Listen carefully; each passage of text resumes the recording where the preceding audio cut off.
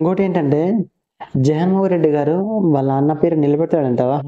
వాళ్ళ నాన్నగారి పేరు అంటే స్కీముల పరంగా అయితే నిలబెడతాడు. డెవలప్మెంట్ పరంగా వాళ్ళ నాన్నలాగా చేయలేడు. చేయలేడు. ఆ మాటలకేమో అంటున్నారు కానీ జగన్ దగ్గర కొన్ని కోట్ల ఆస్తి ప్రజల సొమ్ము మొత్తం దోచుకొని అక్కడ ఫ్లాట్లు, ఇక్కడ ఇండ్లు, ఇక్కడ విదేశాలు అవి ఇవి అంటున్నారు. అది ఎంతవరకు నిజము? అది అంటే అది నిజమే. జగన్కి ఇప్పుడు రిచెస్ట్, మీరు గూగుల్లో చూసుకున్నా రిచెస్ట్ సీఎం గానీ పర్సన్ ఎవరైనా ఉన్నారంటే జగన్మోహన్ రెడ్డి అని వచ్చింది కన్ఫర్మ్ గా. ఇప్పుడు కూడా ప్రెజెంట్ ఇప్పుడు మొన్న ఓడిపోయిన తర్వాత కూడా ఎప్పుడు ఒక 10 days కి 20 days కి బెంగళూరు వస్తా ఉంటున్నాడు.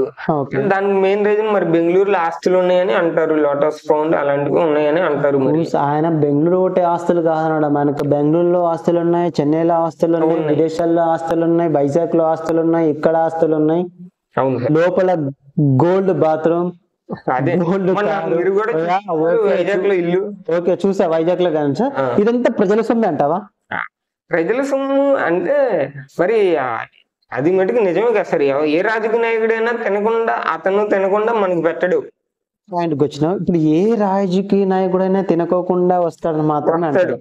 అందరు రాజకీయాలు తింటారు, కానీ ఈయన తినడం ఏమైనా తప్పైందా? ఈయన తినడం ఏదైనా తప్పైందా అంటే, ఇప్పుడు ప్రజలు ఏమనుకుంటున్నారంటే ఏపీ ప్రజలు ఇద్దరు దొంగలే, కానీ ఎవడు మనకి కొంచెం ఏదో మంచి దొంగ ఎవడైనా ఉన్నారు అని ఎవరినైతే ఎన్నుకుంటున్నారో వాళ్ళ కోసం ఓటేశారు. అలీబాబా అంతే. అంతేనా? అంతే. ఈ దొంగల్లో ఎవరైనా క్లారిటీ అంతే, ఇద్దరు దొంగలే. కానీ మనకు కొంచెం ఏదైనా ఇప్పుడు కృష్ణ గుంటూరు వాళ్ళు ఉంటారు, ఇప్పుడు రాజధాని అదనుకో కొంచెం అక్కడ ల్యాండ్ వాల్యూస్ అవి పెరుగుతాయని ఓట్లు వేస్తారు. వైజాగ్ ఎలాగో ఆల్రెడీ డెవలప్మెంట్ సిటీ మెయిన్.